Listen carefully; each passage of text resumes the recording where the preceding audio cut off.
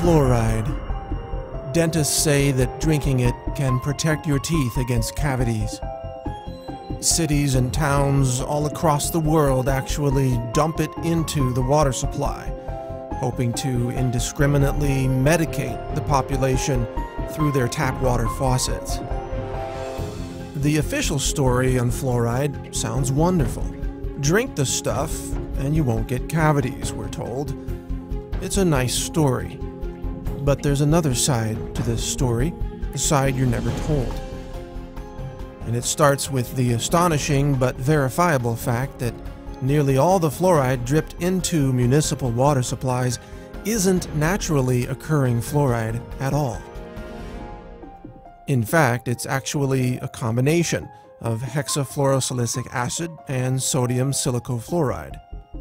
These two chemicals are considered highly toxic by the EPA.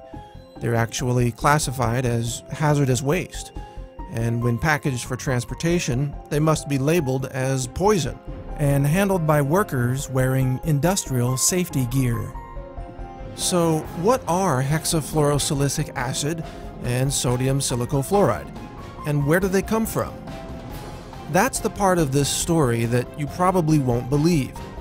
That is, not until you check it out for yourself.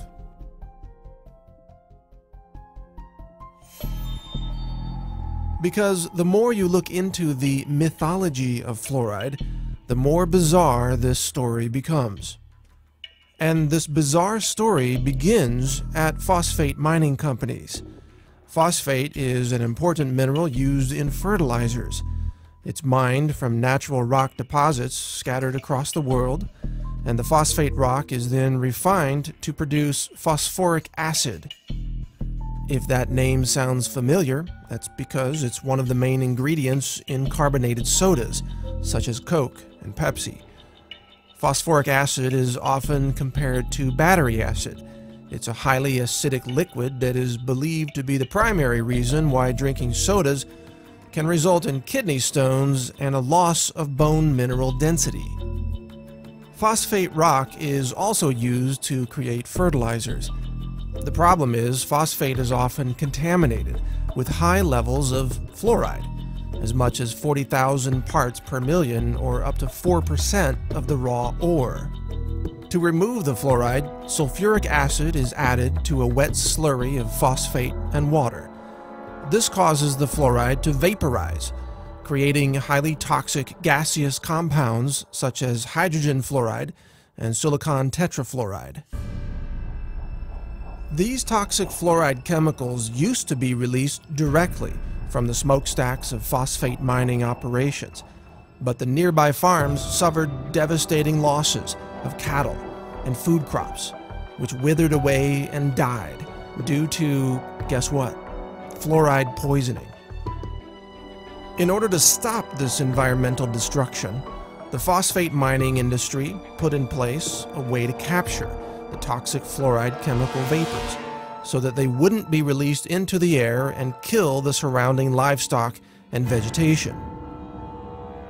This was accomplished by installing wet scrubbers that captured the toxic fluoride chemicals, preventing them from being released into the environment and killing the plant and animal life living nearby.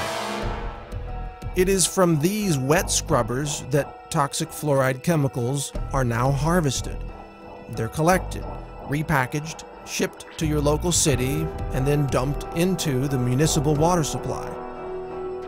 So instead of these toxic fluoride chemicals being released by the phosphate mining smokestacks, they are instead captured and then released into the water supply of large cities, where the chemicals then contaminate the water of millions of people at a time. This is called water fluoridation.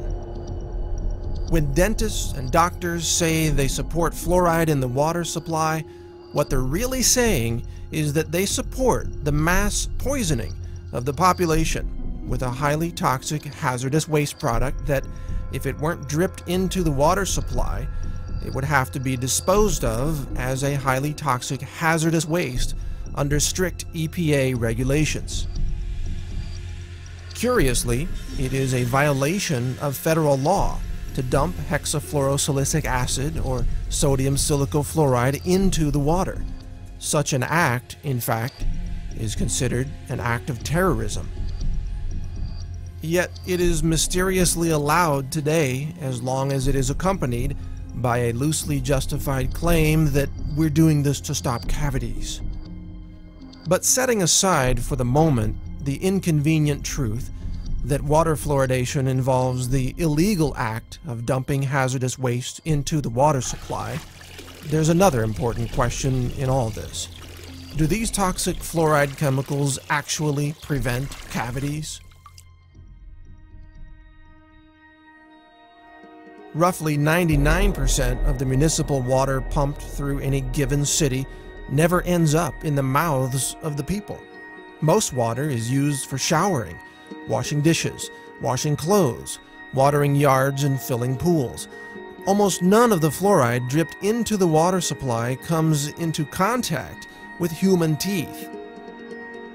It does, however, end up downstream, where it contaminates rivers, streams, and ultimately the oceans of our world.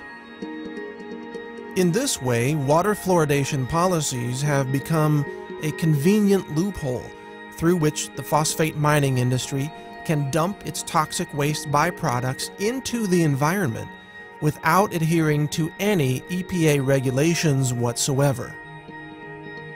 Phosphate mining companies even turn a profit by selling their hazardous waste to cities, then labeling it fluoride, even though this name is scientifically inaccurate.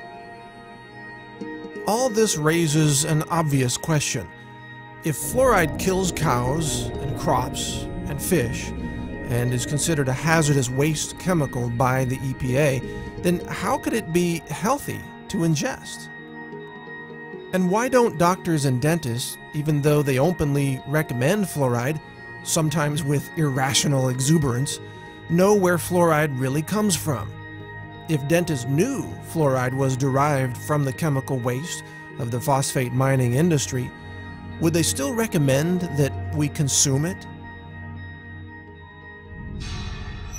The truth about fluoride is a lot like the truth about Enron or Goldman Sachs, or every other shocking revelation that nobody believed until it suddenly became obvious that we were all being fooled for so long.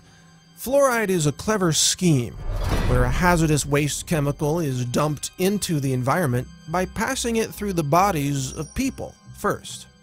We, the people, have become the toxic waste dump site of the phosphate mining industry, and chances are your local dentist fully supports this entire process. Over the last several decades, an astonishing 24 studies have established a statistical link between fluoride exposure and low IQs in children. One study conducted by the Center for Endemic Disease Control in China found that each additional milligram of fluoride detected in every liter of a child's urine was associated with a 0.59 point decrease in their IQ score. Another study found that fluoride exposure slashed the number of children achieving high IQs by more than 70%. It shouldn't be surprising, of course, to learn that consuming a hazardous chemical might impair brain function. Water fluoridation, it turns out, may be the root cause of the alarming drop in academic aptitude among children in first world nations.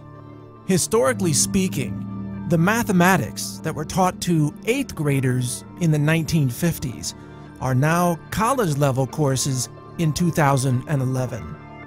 Maybe the reason why Johnny can't read or spell is because Johnny's been drinking too much fluoride. So I have 3 bits of advice for you.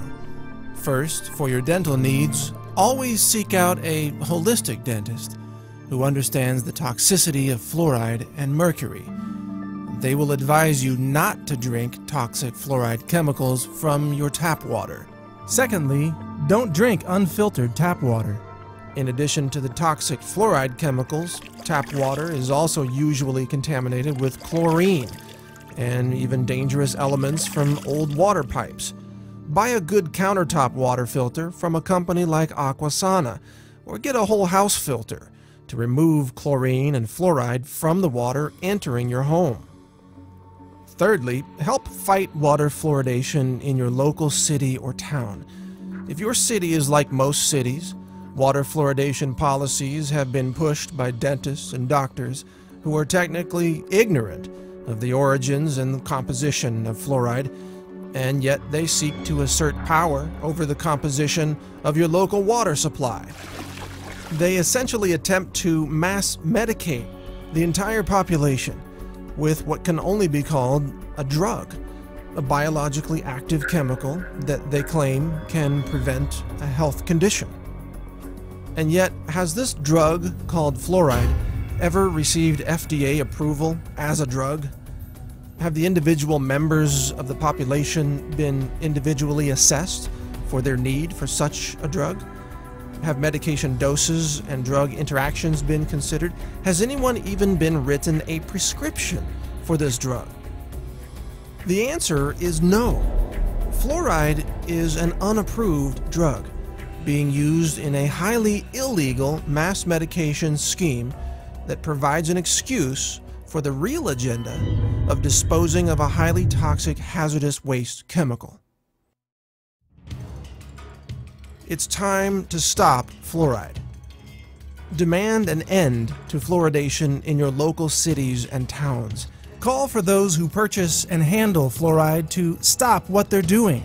Question the safety of these toxic chemicals being dripped into the water supply. These are actions that endanger the public. They could be called acts of terrorism.